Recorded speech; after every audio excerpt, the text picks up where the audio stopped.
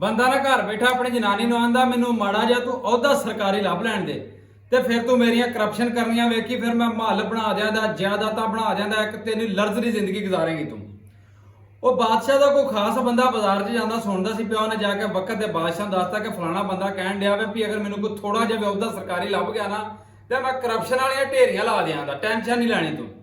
ਬਾਦਸ਼ਾਹ ਦਾ ਉਹਨੂੰ ਸੱਦੋ ਸਾਧ ਕੇ ਤੇ ਉਹਨੂੰ ਆਖਿਆ ਵੀ ਤੂੰ ਨਾ ਘੋੜਿਆਂ ਦੀ ਲਿੱਦ ਚੁੱਕਣੀ ਕਰਨੀ। ਬਾਦਸ਼ਾਹ ਨੇ ਆਖਿਆ ਮੈਂ ਵੇਖਾਂ ਦਾ ਕਿਵੇਂ ਕਰਪਸ਼ਨ ਕਰਦਾ ਉਹਨੂੰ ਮੈਂ ਲਿੱਦ ਤੇ ਡਿਊਟੀ ਲਾਣਾ, ਇੱਥੇ ਕਾਹਦੀ ਕਰਪਸ਼ਨ ਕਰੇਗਾ।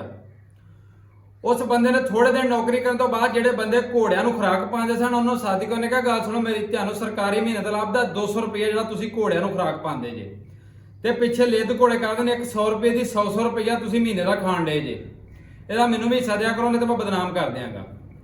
ਉਹਨਾਂ ਵਿਚਾਰਿਆਂ ਮਜਬੂਰ ਹੋ ਕੇ ਵੇਖਿਆ ਵੀ ਸਾਡੇ ਤੋਂ ਫੜੇ ਜਾਣਾ ਵਾ, ਉਹਨਾਂ ਨੂੰ 50-50 ਮਹੀਨੇ ਦੇਣੇ ਸ਼ੁਰੂ ਕਰਦੇ। ਬਾਦਸ਼ਾਹ ਨੇ ਉਹਦੇ ਪਿੱਛੇ ਖੁਫੀਆ ਏਜੰਸੀ ਦੇ ਬੰਦੇ ਲਾਏ ਸਨ, ਉਹਨਾਂ ਦੱਸਤਾ ਬਾਦਸ਼ਾਹ ਸਲਾਮ ਦੇ ਲਿੱਦ ਵਿੱਚ ਵੀ ਕਰਪਸ਼ਨ ਹੋਣ ਲੱਗ ਪਈ ਹੈ।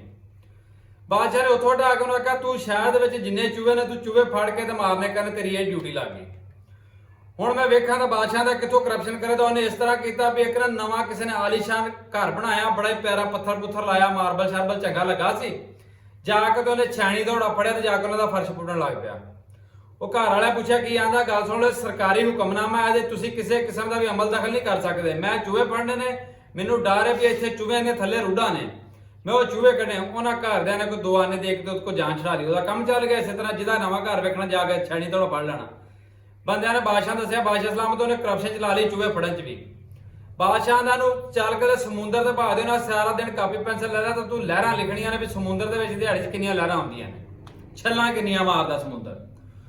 ਉਸ ਬੰਦੇ ਇੱਕ ਦਿਨ ਵੇਖਿਆ ਜਹਾਜ਼ ਜਾਂਦਾ ਸੀ ਪਿਆ, ਉਹਨੇ ਸੀਟੀ ਮਾਰੀ, ਉਹਨੂੰ ਡਾਕਤਾ, ਉਹਨੇ ਕਿਹਾ ਗੱਲ ਸੁਣੋ ਮੈਂ ਛੱਲਾਂ ਲਿਖਣਾ ਪਿਆ, ਤੁਸੀਂ ਇੱਥੋਂ ਲੰਘ ਨਹੀਂ ਸਕਦੇ, ਤੁਸੀਂ ਰੁਕ ਜਾਓ, ਸਰਕਾਰ ਦਾ ਹੁਕਮ ਹੈ, ਸਰਕਾਰੀ ਹੁਕਮਨਾਮੇ ਦੇ ਵਿੱਚ ਤੁਸੀਂ ਅਮਲ ਦਖਲ ਨਹੀਂ ਕਰ ਸਕਦੇ। ਉਹਨਾਂ ਨੇ ਬੰਦਾ ਘੱਲਿਆ ਕੋ 4 ਆਨੇ ਦਿੱਤੇ, ਉਹਨੇ ਉੱਥੇ ਵੀ ਕਰਪਸ਼ਨ ਕਰਨੀ ਸ਼ੁਰੂ ਕਰ ਦਿੱਤੀ। ਗੱਲ ਮੈਂ ਦੱਸਣਾ ਚਾਹਨਾ ਵੀ ਕੁਛ ਨਾ ਇਸੇ ਤਰ੍ਹਾਂ ਹੀ ਅਫਸਰਸ਼ਾਹੀ ਜਿਹੜੇ ਨਾ ਉਹਨਾਂ ਦਾ ਜਿਨ੍ਹਾਂ ਦਾ ਜ਼ਿਹਨ ਹੀ ਹਰਾਮ ਦਾ ਬਣਿਆ ਨਾ, ਜਿਹੜੇ ਪਿਓ ਦੀ ਪੈਦਾਇਸ਼ ਦੇ ਵਿੱਚ ਪੈਦਾ ਹੀ ਇਸ ਲਈ ਹੋਏ ਸਨ ਵੀ ਅਸੀਂ ਟੋਟਲ ਹਰਾਮ ਦੇ ਕੰਮ ਕਰਨੇ ਨੇ, ਉਹਨਾਂ ਨੂੰ ਤੁਸੀਂ ਦਰਜਾ ਚਹਾਰਮ ਲਾ ਦਿਓ, ਉਹਨਾਂ ਨੂੰ ਤੁਸੀਂ ਈਸੀ ਡੀਸੀ ਸੀਐਮ ਪੀਐਮ ਜੋ ਮਰਜ਼ੀ ਬਣਾ ਦਿਓ, ਲੇਕਿਨ ਉਹਨਾਂ ਕਰਪਸ਼ਨ ਕਰਨੀ ਹੀ ਕਰਨੀ। ਜਿੰਨੀ ਦੇਰ ਤੱਕ ਉਹ ਹਲਾਲ ਦਾ ਤੁਖਮ, ਹਲਾਲ ਦਾ ਬੰਦਾ, ਨੇਕ ਮਾਪਿਓ ਦੀ ਨੇਕ ਔਲਾਦ ਕਿਸੇ ਅਹੁਦੇ ਤੇ ਮਨਸਬ ਨਹੀਂ ਹੋਏਗੀ, ਉਦੋਂ ਤੱਕ ਇਹ ਮੁਲਕ ਕਦੇ ਵੀ ਤਰੱਕੀ ਨਹੀਂ ਕਰ ਸਕਦਾ।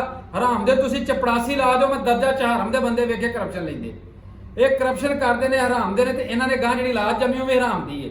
ਤੇ ਇਸ ਮੁਲਕ ਦੇ ਵਿੱਚ ਇਹਨਾਂ ਹਰਾਮ ਦਿਆਂ ਦਾ ਇਨਸ਼ਾਅੱਲਾ ਖਾਤਮਾ ਕਰਨਾ ਵੇ, ਤੁਸੀਂ ਮੇਰਾ ਸਾਥ ਦਿਓ, ਇਨਸ਼ਾਅੱਲਾ ਮੁਲਕ ਹਰ ਰੋਜ਼ ਤਰੱਕੀ ਕਰੇਗਾ। ਹੱਸਦੇ ਰਹੋ ਤੇ ਵਸਦੇ ਰਹੋ।